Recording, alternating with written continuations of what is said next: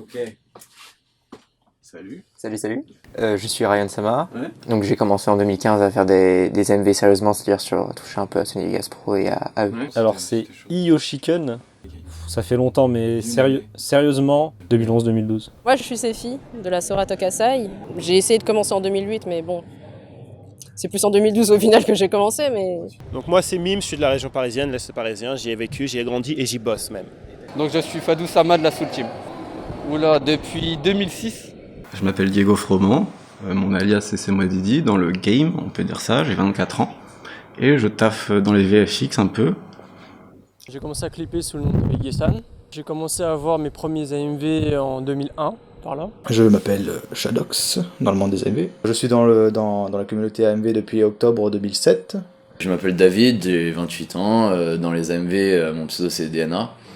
Ça fait une dizaine d'années que je fais des AMV. J'ai créé la Soul Team et j'étais président d'AMV France pendant un peu de temps. C'est juste des clips vidéo qui utilisent des sources animées, hein, c'est tout. Mais voilà, généralement il va te dire ouais mais ça sert à quoi? Tu vois, je regarde mon épisode, ça me suffit. Et là, tu peux commencer à lui parler, à lui dire que ouais mais tu peux donner ta... En fait, c'est pas l'anime que tu vas plus essayer de travailler, mais plus la musique et essayer de montrer toi ce que tu ressens en travaillant sur cette musique en fait. Qu'est-ce que l'art? Voilà ma réponse. Et donc, oui, moi je pourrais le considérer comme un art, même si c'est pas un art en soi. Mais c'est beau, on peut juger un AMV beau. C'est comme le cinéma en vrai. Vu que c'est plusieurs compétences qui s'additionnent, on a du mal à définir. c'est plus un hobby, donc on s'en fout, mais il y a un côté artistique derrière tout ça au final. Après, ça dépend, les avis sont partagés, quoi. Elle a ça de spécial qu'il y a beaucoup de gens dans la communauté d'AMV Maker, notamment dans la nôtre, qui n'en ont rien à foutre des animes en fait. Qui sont là juste parce que, comme moi, ça les fait kiffer ces délires de clips et tout, ils aiment le montage vidéo. Et c'est quand même assez particulier parce qu'on va dans des conventions comme la Japan Expo aujourd'hui, et les gens qui sont là, c'est au mieux des otaku, au pire des weeboo. Voilà quoi. Je pense que ce qui est atypique, c'est le ratio temps investi par rapport au retour qu'on en a. C'est vraiment une passion de niche un peu, et les gens qui sont dedans, ils y passent des milliards d'heures. Alors on sait pas pourquoi ils font ça. Si tu es un peu dans les métiers de l'audiovisuel, du graphisme, tout ça, du montage vidéo, c'est assez facile d'en trouver un bénéfice. Et je pense que c'est pour ça qu'il y a autant de gens qui allient les deux, parce que franchement, si t'es plombier, toutes les compétences que tu vas apprendre dans les AMV vont pas te servir en plomberie. Est-ce que c'est clair? Je pense que c'est une pratique qu'on voit que avec les mangas en fait, que la Japanimation. C'est un peu comme dans les jeux vidéo, les speedrunners ou les trucs comme ça, c'est-à-dire qu'ils ont trouvé une autre façon de s'éclater avec leurs jeux vidéo, nous c'est avec les animes et la musique. C'est une bonne question. C'est marrant que tu me la poses. Ouais, moi j'ai déjà eu beaucoup de problèmes avec des droits d'auteur, à savoir que 3 de mes clips principaux limite sont pas uploadés sur ma chaîne YouTube. Mais du coup j'ai la chance d'avoir croisé des gens qui s'y connaissaient bien avec moi en gestion de YouTube et tout, et qui ont pu uploader à ma place mes vidéos. En même temps, nous, ce qu'on fait, c'est pas tellement légal, donc quelque part, moi, je me dis, c'est le jeu. Mais comme je gère le YouTube d'AMV France, ça nous est arrivé il y a pas si longtemps, il y a quelques mois. C'est là où j'ai un peu découvert un peu la politique de YouTube. Et c'est qu'on a eu quand même, c'est un peu comme les points de voiture. C'est t'en perds quelques-uns, mais au bout d'un moment, on te les redonne, tu vois. Mais après, il y a des exemples avec, je prends l'exemple très récent, OnLap, qui est super cool par rapport à ça, qui encourage carrément à ce qu'on utilise leur musique parce que ça leur fait de la promo gratuite. À Japan Expo, on a eu vraiment des problèmes parce qu'on était placé pas loin des éditeurs. C'était l'année FMA Brotherhood, le tout dernier épisode. Il était diffusé en exclusivité en France, genre 1 ou 2 heures après la diffusion japonaise à la convention. Et notre stand, il était genre à 50 mètres du leur. Et les mecs, je crois que c'est D-Bex qui publie FMA en France. Ils ont pété un câble de voir tous nos AMV toute la journée, quoi. Depuis Japan Expo, on leur a demandé de nous mettre dans des coins plus reculés, loin des éditeurs. On les dérange pas et ça se passe très bien. Moi je pense que les AMV en général c'est pas forcément quelque chose de néfaste au niveau des droits d'auteur, puisqu'on n'a rien de lucratif là-dessus, tu vois. Genre on fait nos montages dans notre coin, on prend une musique et une source qu'on aime bien, on la personnalise, on en fait quelque chose de créatif, quelque chose de personnel. Et au final on crédite toujours les auteurs, on crédite toujours les sources qu'on utilise, ainsi que la musique. Donc vraiment, je pense qu'on n'a pas vraiment un impact négatif au niveau du droit d'auteur, quoi. Comment j'ai commencé? Alors je suis tombé sur ce forum qui s'appelait la Fire Team, qui faisait les AMV avec Windows Movie Maker, et j'ai commencé sur Windows Movie Maker. Donc ça a été en 2007 je crois, 2008. J'étais un gros fan surtout à cette époque, c'était Greg the 77 je sais plus quoi, et j'étais un gros fan surtout de son AMV Aizen versus Ichigo là. Du coup ça m'a donné envie de clipper quoi, de m'inspirer de lui beaucoup d'ailleurs au début. Limite du plagiat d'ailleurs au début, on connaissait pas encore. Hein. J'ai commencé en 2013-2012 moi.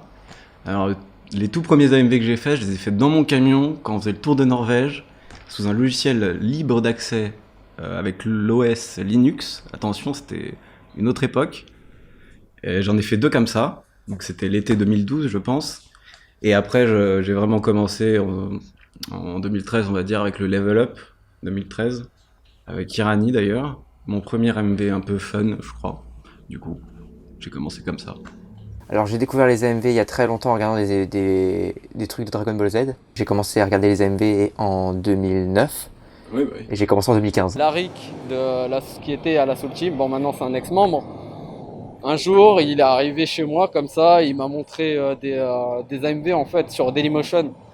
C'était DBZ. Bah, j'ai tout de suite kiffé le délire.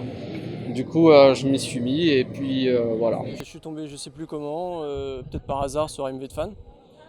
Et j'ai vu qu'il y en avait plein, j'ai commencé à me rendre compte que c'était assez sympa ce qu'il faisait, ça m'a bien fait kiffer comme tu dis.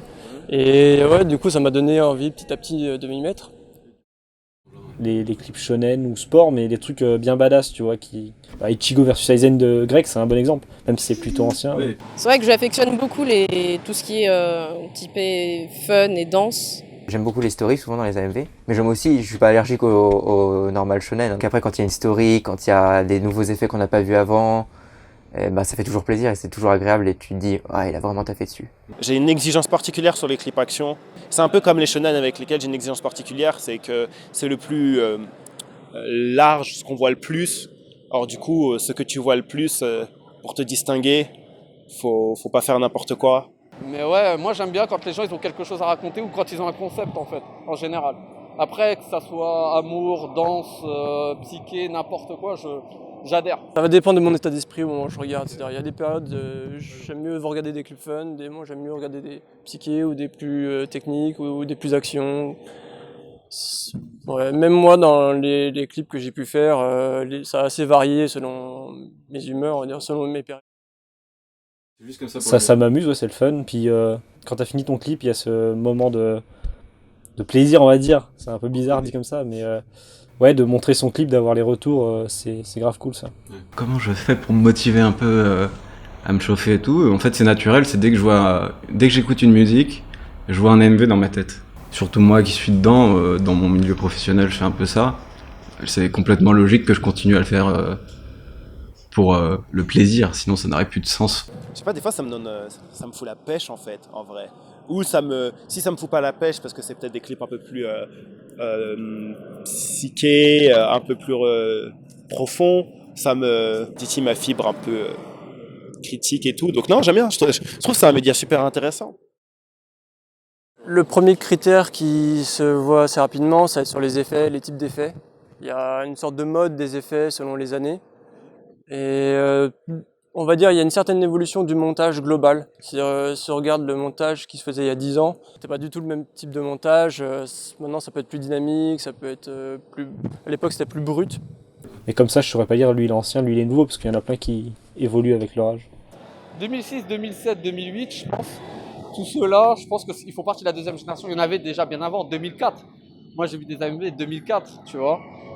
Shiryu 23 qui faisait AMV fan, ouais. Quand il est arrivé sur .org, .org c'était déjà installé, donc il y avait déjà, à mon avis, une génération. Mais je pense qu'ils étaient pas loin d'eux, en fait. Et lui, il m'a expliqué que lui, il avait commencé à créer AMV fan parce qu'en fait, il y avait quelques Français qui pataugeaient dans .org. Et il a voulu réunir le plus de monde possible. Après, quand ils sont exportés, ils ont montré un peu des trucs sur Dailymotion, ils ont fait un forum et tout ça. Ça s'est ouvert à d'autres gens et puis voilà, c'est monté. Hein. Et aujourd'hui, on a MV France et plein de trucs. Mais Shiryu 23, c'est le précurseur. C'est notre précurseur français en vrai. Il y avait, même s'il y avait d'autres clippers, etc., c'est lui qui a réuni tout le monde en vrai. Grâce à ça, en fait, je pense qu'on a évolué très vite en France. on a vite eu des mecs qui claquent et qui se sont fait connaître. Les Tyler, les Ito, Nostromo, voilà quoi, même ici à l'AST, etc. Bah oui, j'étais au début à la Fire Team, donc quand j'étais sur Windows Movie Maker, qui a évolué en Resurrection Team. Et après, quand je suis passé sur Vegas, j'ai direct été à l'Area Team. Je suis resté très longtemps à l'Area Team, puis je suis arrivé à la ENP. C'est la meilleure team de tous les temps et du monde entier de l'univers. C'est une très bonne team d'AMV, je veux dire en termes d'AMV.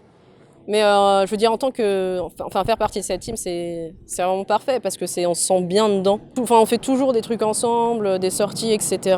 On fait des fois, enfin souvent même des vacances ensemble. Nos vacances d'été, très souvent, on s'organise un petit truc pour être ensemble, quoi. Comment décrire la Soul Team? Je pense que déjà c'est une team internationale depuis maintenant 3 ans. C'est une team qui a participé et a gagné de nombreux concours et je pense que je la décrirais comme une équipe soudée avec un niveau global bon, quoi. Après on est très compétitif, en général les membres qui sont sélectionnés, et c'est avant tout parce que c'est des gens qu'on considère créatifs mais aussi des gens qu'on considère compétitifs, qui ont envie de progresser. Nous on est dans un but de sortir des AMV de qualité et de continuer là-dessus. Alors au tout début, c'était vraiment... En fait, j'avais pas cet esprit de team, c'était plus un forum, quoi, au final, où je chopais des conseils, des aides. Pour l'Area, c'est vraiment devenu une famille, quoi, genre des gros potes avec qui je parle toujours aujourd'hui. En fait, c'est un peu mes meilleurs potes d'internet. J'ai toujours eu ce délire t'as une team, 10 studios ou autant que tu veux, mais t'as qu'une team. Si quelqu'un entre dans la team en se disant ouais, c'est juste pour faire des AMV parce que ouais, on est fort ici, mais qui s'investit pas dans le relationnel, c'est vrai que ça n'a aucun intérêt parce que du coup, bah, il sera déçu. Une team, je crois, c'est le meilleur moyen pour progresser. Et ensemble, c'est toujours plus drôle en fait de partager. Enfin, on peut toujours faire ça sans team, mais c'est bien d'avoir une appartenance à quelque chose, je trouve. Moi, je suis dans cette optique-là avec ma team. Je trouve ça intéressant qu'il y ait d'autres personnes qui le fassent, puisque c'est une manière très intéressante de progresser. Ouais, non, moi j'encourage les gens à participer dans une team ou dans un studio, parce que c'est une bonne manière d'avancer si c'est vraiment une passion qui t'anime et que tu as envie d'être un peu compétitif dedans. Moi, je pense que les AMV aujourd'hui, c'est de plus en plus accessible. Il y a de plus en plus de gens, il y a de plus en plus de logiciels, de techniques partout, des tutos, des machins. Donc, c'est vraiment comme un peu tous les milieux de l'audiovisuel, quoi. C'est des choses qui sont de plus en plus présentes dans nos vies de tous les jours, et du coup, forcément, il y en a de plus en plus qui tombent dedans, hélas. C'est un peu comme la coke, hein. Je dirais pas que la popularité des AMV s'accroît de plus en plus. Je dirais plus que maintenant elle régresse, même elle stagne plutôt. T'as toujours t'as des anciens qui partent, t'as des nouveaux arrivants, mais en fait, y a pas plus, y a pas moins, quoi. C'est pas un AMV boom, quoi. Donc c'est un cycle, il faut juste faire en sorte de ramener toujours des gens, parce que des gens qui vont partir, il y en aura toujours. Nous, en fait, notre communauté en général, c'est vrai qu'elle diminue. Il y a moins de gens qui vont sur les forums, on a changé de format. On passe plus sur des Facebook, Twitter, tout ça, on n'est plus trop sur des forums, donc on a l'impression qu'il y a moins de gens. Mais en fait, quand on regarde bien, là on parle des communautés. Quand on va sur YouTube, on tape AMV, on en tombe sur 10 000 facile, hein, même plus. Le niveau technique, il a vraiment augmenté. Et je trouve qu'en moyenne... genre quand moi j'ai commencé les AMV vers 2007-2008, les clips psyché ça existait déjà, mais c'était beaucoup plus de la branlette qu'aujourd'hui. Genre sur le fond comme sur la forme, je trouve que les clippers ils ont quand même beaucoup progressé. Je pensais en fait qu'avec DNA, avec son clip Fuck Your Concept, on allait avoir plus de petits clips dans ce genre-là qui allaient émerger. Justement, il n'y en a pas tant que ça parce que ça demande un travail quand même conséquent. C'est moins évident de se démarquer parce que le niveau global est meilleur, mais je trouve que justement les gens ils ont tendance à avoir plus ou moins tous le même niveau, et il y en a pas assez qui essayent de se démarquer en faisant quelque chose qui sort du lot. C'est mon petit avis, mais ouais, le niveau global est largement meilleur qu'avant. C'est difficile de dire que ça n'a pas impacté ma vie, hein, tu vois. Genre tous les ans je suis à Japan Expo pour la communauté et pas pour la convention, vu que je suis pas un grand fan de Japan Expo. Pas mal de mes amis, je les connais grâce aux AMV maintenant. Ça m'a donné une ouverture musicale. Donc ouais, non, dire que les AMV m'ont pas impacté, ce serait le plus gros mytho que je pourrais donner. Ça m'a donné une passion pour l'audiovisuel d'une manière générale, la photographie aussi, et tout ça. Donc rien de professionnel, mais très passionnel, quoi. C'est resté jusqu'à maintenant, quoi. Ça m'a permis de rejoindre un groupe, que des gens m'apprennent des choses, parce que c'est devenu une de mes passions, montage vidéo, et du coup, c'est mes études maintenant, c'est ce que je fais comme études dans le cinéma. Moi j'ai commencé assez tard les AMV, genre vers 17-18 ans, période un peu charnière où tu choisis tes études supérieures. Et du coup, découvrir cette passion, ça a beaucoup impacté mon choix déjà de base de choisir quelle étude j'allais faire. Et en plus, il y a mon actuel patron, qui était une de mes connaissances à l'époque aussi, qui m'a dit « Mais si tu fais de l'AMV, pourquoi tu fais pas une école d'audiovisuel ?» Parce qu'à l'époque, il faut savoir que je voulais faire une école d'informatique Epitech. Et du coup, je me suis retrouvé à faire des études dans le cinéma, donc déjà grâce aux AMV, ce qui fait que maintenant je travaille en tant que monteur truquiste pour Ebim. Donc je fais du keying, des rotoscopies, des coups de feu, des explosions de sang, ce genre de choses qu'on peut tout à fait faire avec des compétences d'AMV maker, quoi. Grâce à ça, j'ai découvert ma passion, j'ai découvert mon métier. Aujourd'hui, je travaille en tant que caméraman, réalisateur et monteur vidéo. Et c'est une passion qui m'est venue à partir du moment où j'ai commencé à faire du montage grâce aux AMV, quoi. Parlons de YouTube, dans 10 ans, je pense que YouTube, ça sera plus là, il y aura quelque chose d'autre, on verra. Et donc, ça dépendra de la plateforme. Moi, je pense que ça va continuer et que ça va devenir de plus en plus difficile de faire de bons clips, parce qu'il y en aura vraiment une chier, je pense, à un moment. Ça va être de plus en plus difficile de se démarquer, parce qu'il y aura de plus en plus de gens qui seront dans le hobby, et forcément, plus il y a de gens, plus il y a de génie, en fait. Donc je pense que ça va être de plus en plus ouf, ouais, tout simplement. Après, faut voir si les gens vont rendre ça ouf ou vont rendre ça horrible à vivre. Tout dépendra des jeunes. Donc quand on a passé 10 ans dans un délire, on espère que des gens vont prendre le relais. Je pense qu'aux États-Unis, c'est pas prêt de s'éteindre. Sur YouTube, c'est pas prêt de s'éteindre. Mais en France, je sais pas. Je pense qu'on a un bon vivier quand même. Après, je peux pas les blâmer, les nouveaux, d'avoir du mal avec la critique.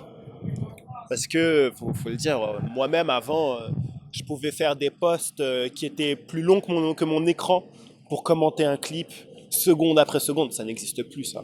Mais je pense que c'est un hobby qui va continuer à marcher. Moi, je pronostique des AMV en VR. Tu fais un AMV Shingeki, t'es dans le truc, tu vois le titan. T'imagines? Je sais pas, peut-être que le fait que c'est fierté française, mais j'aime bien la Japan Expo. En France, on dira Japan Expo, parce que je ne sais pas si dans les autres pays, ils considèrent la Japan Expo comme étant un gros concours, j'en sais rien. Mais je pense que ça reste encore aujourd'hui la crosse, parce que c'est celui peut-être le plus ancien et qui a le plus marqué. Je suis très peu de concours. Maintenant, je trouve que la Japan Expo a quand même du mérite. C'est qu'à côté de la crosse qui étend son concours aussi longtemps qu'ils peuvent, c'est un concours online en plus, donc il y a une facilité.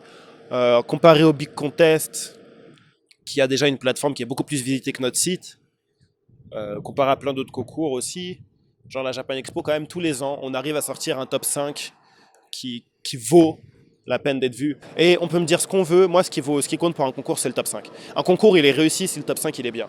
Si le top 5 il est nul, mais le concours il vaut rien. Tu regardes, nous on a eu Anime Got Talent, on a eu FYC DNA, l'an passé on a eu le clip de Celia avec les Magical Boys. Enfin tu vois, je trouve qu'à JE finalement on arrive toujours à avoir des trucs qui se démarquent mais qui arrivent à dépasser le cadre des AMV, tu vois. On a peut-être moins de clips, mais sur les clips qui brillent sur une année, on est là. D'une année à une autre, tu sais, ça change en fait, ça dépend s'il y a eu des monstres qui ont été envoyés, mais pour moi, sans faire le patriote, je dirais lycée Soul Team. Pas pour... déjà parce que ouais, il y a des gros clips. Pour moi, c'est vraiment le Iron Chef qui demande le plus d'endurance, etc. Il y a quelque chose de très compétitif là-dessus, que je retrouve nulle part ailleurs en fait. Les concours, ils ont évolué, je pense, en fonction du niveau, tu vois. Quand tout à l'heure, je te disais que pour moi, les AMV, ils ont évolué en termes de niveau. Plus de niveau dans les clips, plus de temps pour les faire. Donc en gros, les concours actuels, on va parler notamment des Iron Chef. Au début, les Iron Chef, c'était une musique.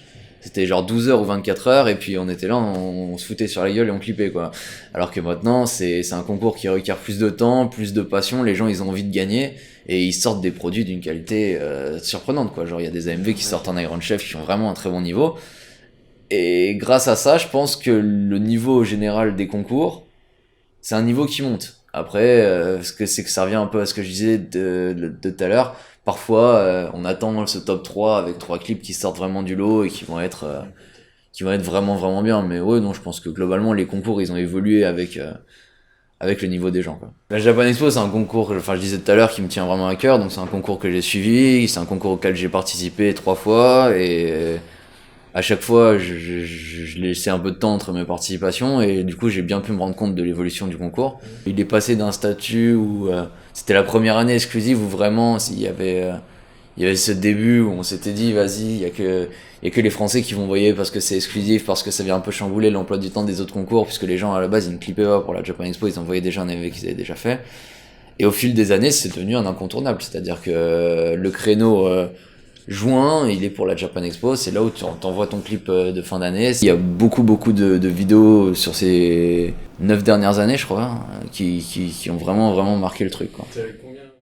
Des moments cultes, quand on apprend aux étrangers à parler français. Exact. Ça c'est beau. Boboule, ou Wesh alors aussi, c'est bien. Boboule. Alors, c'est moi Didi, quand je me suis inscrit à MV France, je lui donne mon papier et l'argent, et il me fait « Merci, ça va nous servir à nous acheter de la coke et des putes. » Alors, moi je rigole, mais qui est-ce qu'il y avait à côté? Ma mère, qui avait moins rigolé. Alors, il faut savoir que pour mon MV sans titre, j'ai déployé pas mal de moyens. Donc c'était à l'époque où c'était ma dernière année d'études. Et dans mon école, on avait accès à pas mal de matériel, notamment la Red Dragon et une salle fond vert, carrément. Et du coup, j'ai fait ça avec plusieurs personnes. Donc c'était pas du tout un projet où j'étais vraiment isolé, où on fait tout nous-mêmes. J'ai eu besoin de gens pour m'aider sur le tournage, pour m'aider à avoir des avis après sur la post-prod, etc. Donc c'était vraiment une grande aventure qui s'est finie au cinéma, au Gaumont-Montparnasse, plus précisément. Donc j'ai été diffusé là-bas à la diffusion de fin d'année de tous les courts-métrages de mon école. Il y avait un AMV, voilà, sur grand écran. Et c'est plutôt classe, je trouve. J'ai assisté à la fin de Tyler Ito quand même. C'était un moment d'exception pour moi dans les AMV. C'était un peu les deux étendards français, les premiers on va dire. Ils ont terminé leur clip, en fait leur dernier clip aux deux. C'était une battle, j'ai trouvé ça très classe en fait.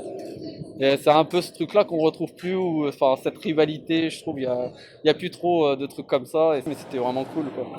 Le TGS de je sais plus quelle année, on a fait des équipes pour faire des MEP, donc qui ont été composées par des chefs d'équipe. Je me suis retrouvé avec Creed. Et cette année-là, je sais pas pourquoi, il y a une grosse poisse. Beaucoup de gens ont dû abandonner, ils ont des problèmes de matos et tout ça. Et nous particulièrement, Creed, son PC est mort du jour au lendemain pendant le lycée. Donc j'ai dû, moi, m'occuper de l'organisation du MEP, alors que je devais juste faire une track. J'ai dû récupérer les quelques bêtas que Creed nous envoyait, j'ai dû recouper la musique pour coller parce qu'il n'avait pas de track entière. Et finalement, c'est plutôt bien passé. On est même arrivé premier au classement, donc j'étais plutôt fier de ce cas-là. S'il faut rajouter une deuxième, Shiryu23, qui était président de AMV de fans, quand il nous avait invités pour le TGS, en fait, il venait de finir de faire construire son jacuzzi. Il avait fait profiter tous les AMV makers, c'était mortel. Franchement, c'était mortel. Ah, Lozère. Les Français sauront. Lozère, ah, ça c'est vraiment un souvenir particulier. La soirée de l'enfer. Parler de Lozère à tous les Français, ils sauront de quoi je parle. T'aurais dû me préparer à celle-là. Ah mais non, regarde, j'ai pas fait dans le bon ordre. Où elle est ma baguette et mon béret? J'en sais rien. Franchement, j'en sais rien. Eh, regardez, il y a un chat. Ah bah non, regardez pas. Ouais, ils ont déjà leur petit truc déjà fait là, Twitch machin.